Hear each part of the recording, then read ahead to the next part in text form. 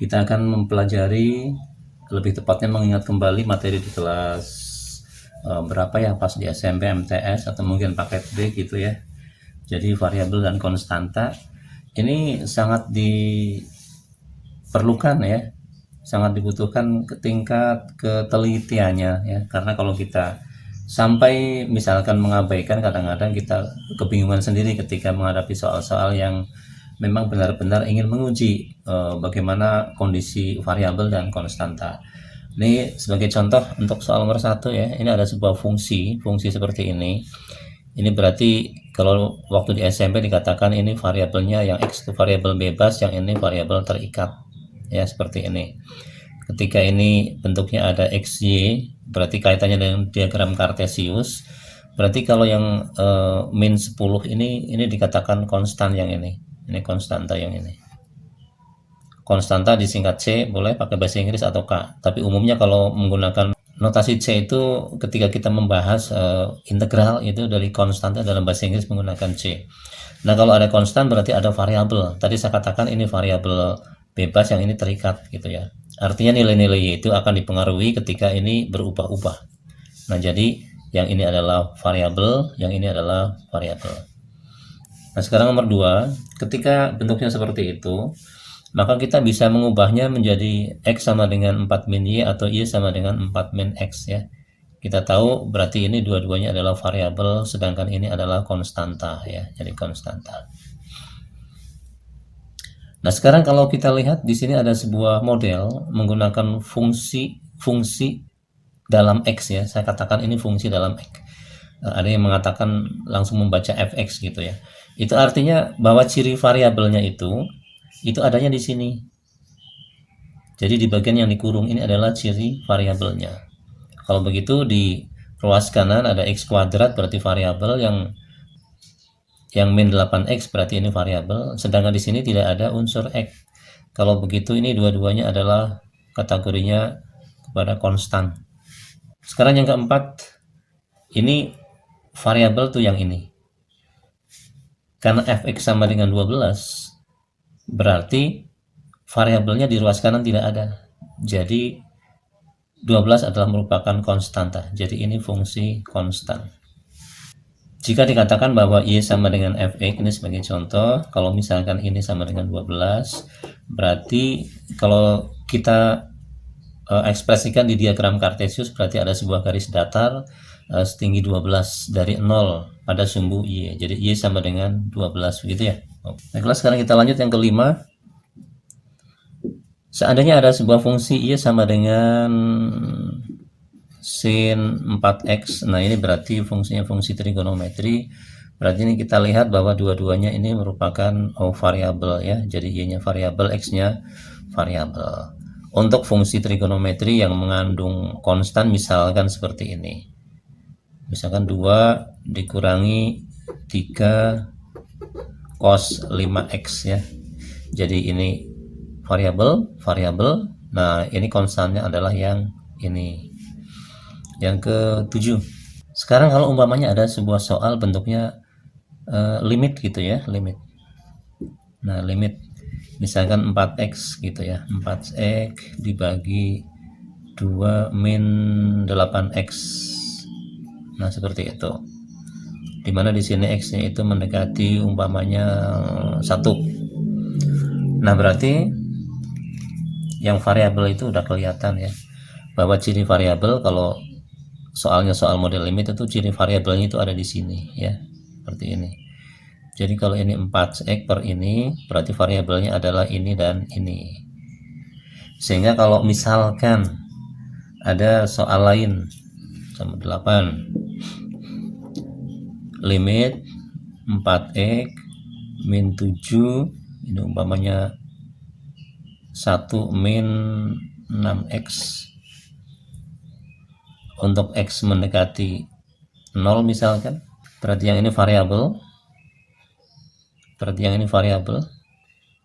ini variabel. Nah, yang ini adalah konstan, yang ini konstan ya. Jadi itu sampai nomor 8 ada dua ciri yang perlu diamati, yaitu pada saat fungsinya berbentuk fx berarti variabelnya itu yang dikurung, sedangkan untuk model-model penyajian dalam bentuk limit, maka variabelnya itu ada di sini. Jadi nilai yang mendekati bilangan tertentu itulah yang merupakan ciri dari variabel. Sekarang kita ingat kembali materi di kelas 11 mengenai turunan fungsi, di mana turunan fungsi yang sudah dikenal mungkin kalau fungsinya y sama dengan f dalam x atau y sama dengan fx, turunan fungsinya adalah yang seperti ini.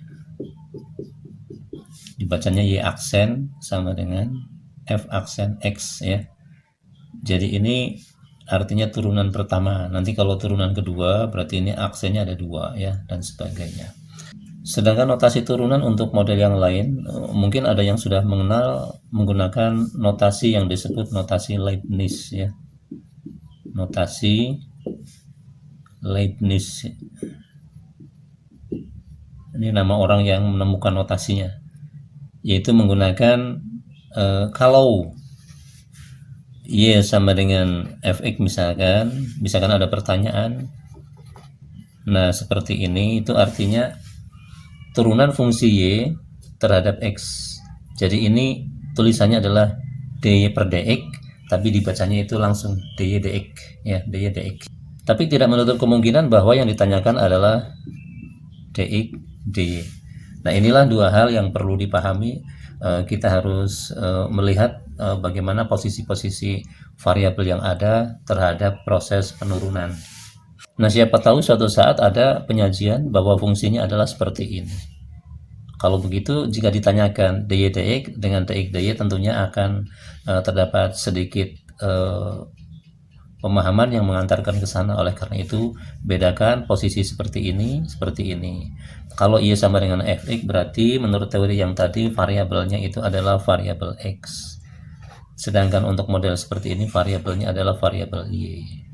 Jadi kalau dikatakan variabel terikat dan bebas, kalau yang ini adalah variabel bebas, berganti-ganti nilai x akan mempengaruhi pergantian atau perubahan nilai y. Demikian pula yang ini. Jadi yang berubah terlebih dahulu adalah perubahan pada nilai-nilai y untuk mendapatkan perubahan yang bersesuaian untuk nilai-nilai x ya. Jika ini keduanya berada dalam koordinat kartesius,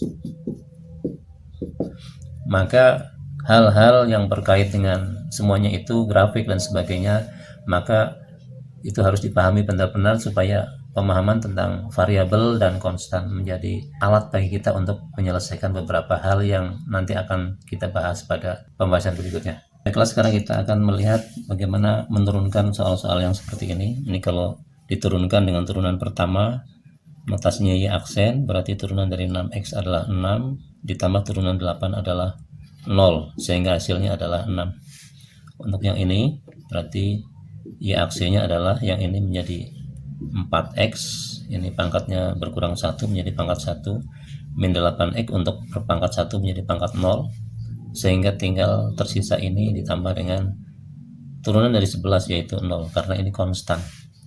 Nah, sekarang untuk yang ini, untuk yang ketiga, berarti f aksen x sama dengan, nah gitu, berarti ini variabelnya adalah variabelnya x ya. Oleh karena itu yang ini kita posisikan kondisinya sama dengan yang tadi, yang x yang ini. Sehingga untuk variabel x yang seperti itu, maka turunannya adalah turunan dari 4 adalah 0, nggak usah kita tulis. Turunan x adalah 1, yang ini adalah 15, x-nya berpangkat 2 ya, x-nya berpangkat 2. Lanjut. Sekarang untuk yang keempat, nah ini variabelnya x, berarti yang variabel itu yang ini, kemudian yang ini.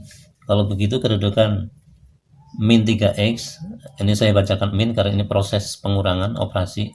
Kalau lepas berarti negatif gitu ya. Jadi posisi negatif 3k adalah merupakan koefisien dari x, berarti ini konstan, yang ini konstan. Tapi bukan konstan lepas karena menunjukkan sekian kali variabel.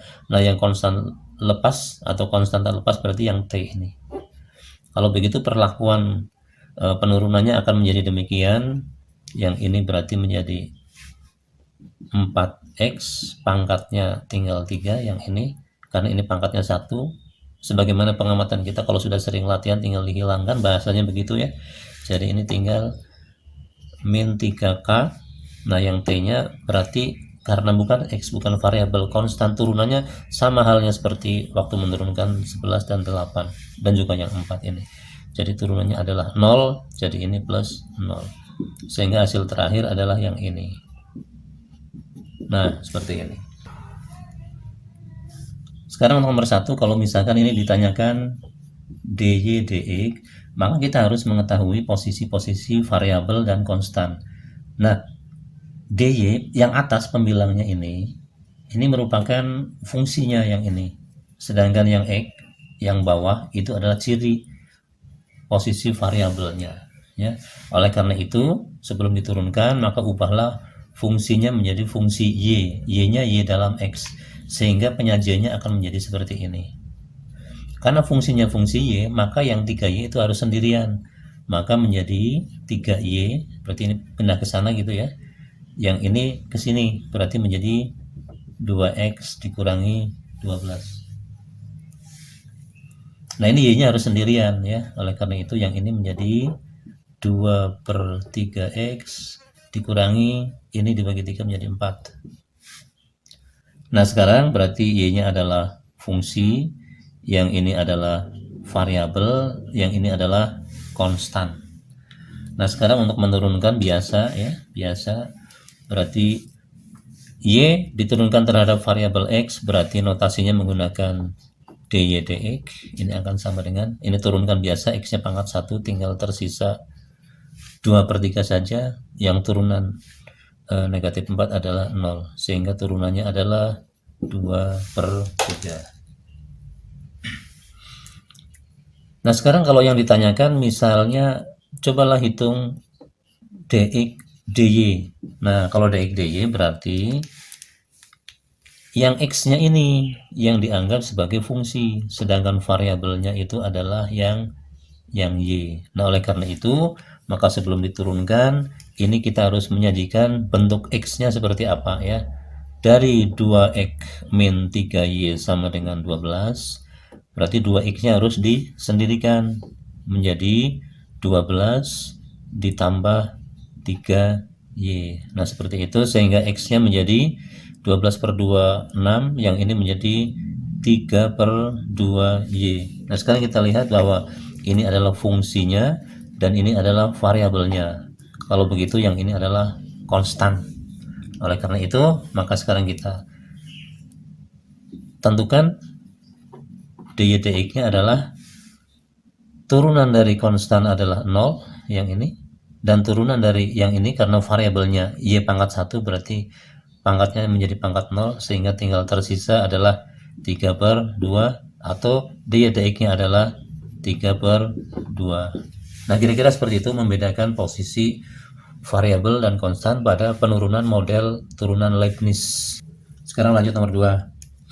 Kalau ada soal semacam ini tidak bisa dengan serta-merta kita mengatakan bahwa oh kalau begitu YAC-nya tidak seperti itu, karena peran dari huruf-huruf yang ada di sini bisa berperan sebagai variabel, jadi x-nya bisa, y-nya bisa, ini p-nya bisa. Oleh karena itu dalam soal seperti ini bisa ditanyakan, mungkin ditanyakan dx dy, mungkin ditanyakan dx dp, mungkin ditanyakan dy dx, mungkin ditanyakan dy dp. Yang ini belum, berarti bisa ditanyakan dp dx atau dp dy. Nah, dengan melihat bentuk seperti ini maka fungsinya berbeda-beda. Sekarang untuk yang ini berarti ini fungsinya yang ini variabelnya yang ini fungsinya yang x, ini variabelnya beda lagi, ini fungsinya y, variabelnya x, ini fungsinya y, variabelnya p. Demikian pula yang dua, berarti ini fungsinya p, yang ini variabelnya x, yang ini fungsinya p, variabelnya adalah y. Nah, kita akan pilih salah satu ya, sebagai contoh saja. Misalkan saya ambil ini untuk yang 2A, kita akan pilih umpamanya yang DYDP gitu ya, DYDP. Kalau DYDP berarti harus berbentuk y sama dengan gitu ya. Oleh karena itu maka yang ini harus disendirikan. Kalau begitu berarti 2y-nya sana, berarti adalah X plus P yang akan dikurangi 9. Nah sekarang yang ini adalah variabel terikat atau fungsinya akan dibuat fungsi Y. Kemudian Y-nya sendirian adalah setengah dari X ditambah setengah dari P dikurangi 9/2. Kalau kita akan mengambil yang ini ya, kita akan mengambil yang ini maksudnya nih. Nah yang ini berarti harus ditulis menjadi DY DP, sehingga nanti kita tahu posisi-posisi mana yang fungsi dan mana yang variabel. Kalau begitu ini variabel, kalau begitu variabelnya itu ada di sini, ini fungsi yang Y. Kalau begitu selain variabel adalah konstan, kalau begitu ini konstan, yang ini adalah konstan juga. Sehingga untuk DYDP kita akan menurunkan dengan pola-pola yang sudah ada, yaitu turunan konstan adalah 0, turunan ini karena variabelnya pangkat 1 tinggal setengah, dan ini turunan konstan 0, sehingga hasilnya adalah setengah. Nah seperti itu kira-kira. Sekarang kita ambil satu contoh lagi yang kedua, misalkan kita ambil yang dp/dx ya, dp/dx yang ini, dp/dx. Kalau dp/dx berarti ini harus dibuat menjadi P sama dengan gitu ya, P sama dengan, karena ini sebagai fungsi dan variabelnya ini. Kalau dibuat P sama dengan berarti yang ini, berarti P-nya akan menjadi 9 dikurang X ditambah 2Y. Nah, karena di sini dp/dx berarti ini adalah fungsi dan yang ini adalah variabel. Kalau begitu, yang ini adalah variabel, sehingga yang dua ini adalah merupakan konstan. Sehingga ketika kita menghitung dp/dx berarti ini adalah turunan konstan jadi 0. Yang ini variabel diturunkan menjadi negatif 1 karena ini pangkatnya 0 menjadi pangkat 1 dan koefisien dari X nya adalah 1. Yang ini adalah turunan konstan menjadi 0, sehingga hasilnya dp/dx nya adalah negatif 1.